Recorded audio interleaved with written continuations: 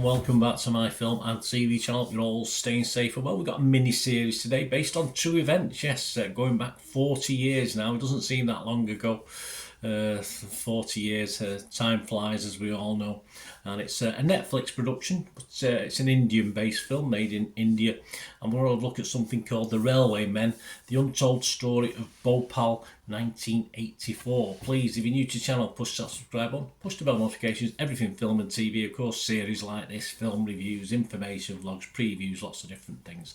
Might even be a little Christmas quiz coming up over the next few weeks as well, so keep those buttons pressed, guys. And give us your thoughts on this series or anything to do with film and TV, and if it needs a response, I will. If it just needs me to give it a like I hope you'll give this a little thumbs up as well, guys, this vlog if you can, then I will do that as well. But it'd be great to hear from you. So it's a 2023 Indian Hindi language historical drama streaming television miniseries. I watched it in English, and it's about the railway workers, of course, who saved many lives during the 1984 Bhopal chemical disaster, wasn't it, at the factory there. It stars, new faces to me. You may, obviously, if you're India based, you'll probably know these guys, but R. Madhavan, K.K. Menon, Divendu and Babel Khan, plus many others. And it consists of 4 episodes by about 50 minutes each. And it's released on Netflix on the 18th of November 2023. I'm recording this on the 19th of November 2023, so I binge watched it over an evening and a morning, watched all 4 episodes. And it's, of course, 2 former employees, actually, of Union Carbide, the company involved, India Limited, actually convicted in the gas leak case, filed a plea to try and prevent the release of this show in the Bombay High Court, or is it Mumbai? I don't know how they pronounce it now, Bombay or Mumbai, I'm not sure which one it is, my apologies, but the High Court rejected the case, so we got to see it. Internet Movie Database, almost 1,000 scores and reviews have been left as I'm recording this, and they're very positive. Yeah, it's averaging 8.8 out of 10, a little bit high I think, but there's obviously a lot of support out there for what's going on in this film. And that's it, really. There's nothing on Rotten Tomatoes, etc.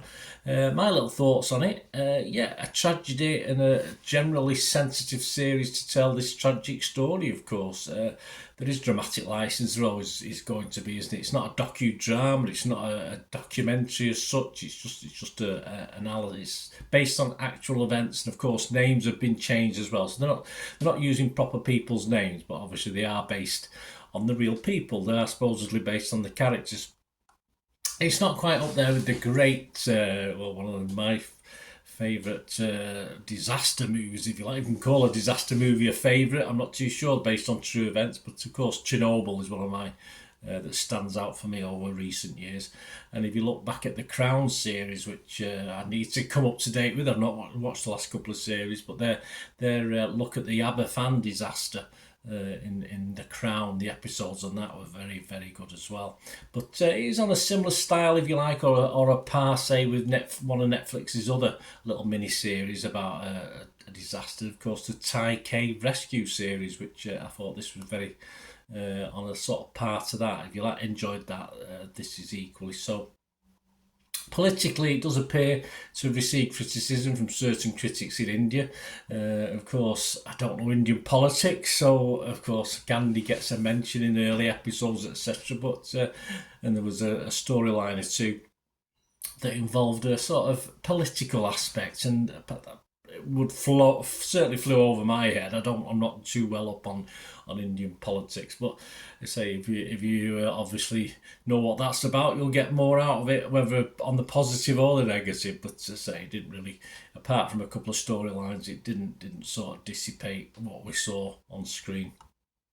It's the sort of thing that perhaps may have been done better by, say, the US TV makers like HBO, of course, who have a good reputation. But that doesn't detract from some very good storytelling, although perhaps a bit more meat on the bone for some key characters would have been a little bit better. I never really thought I got to know the characters too well in this, from the good guys to the bad guys. There's a darker side to it. They're not all heroes, of course, and it's not just the Union Carbide top dogs who come out of it.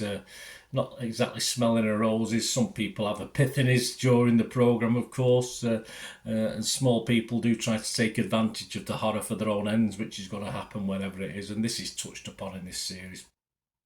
But there are obvious allegiances on political leanings from the writers as well, as I said, which I probably missed out on, but you may have a personal downer on it because of that. As entertainment though, and that's all I'm watching it for. It's well acted, it's not the greatest CGI, it's okay. Some people were very critical, I didn't think it was as bad as some people said. And 4 episodes means the story is reasonably fast paced, although as I said, I think they still could have put a little bit more meat on the bones as far as the characters. And of course the after effects are touched upon briefly. There's some actual footage included, etc, etc. So yeah, of course it was a disaster that would have lasting effects for generations, of course, a bit like Chernobyl, and obviously still have an effect many years later, so it does touch upon that as well.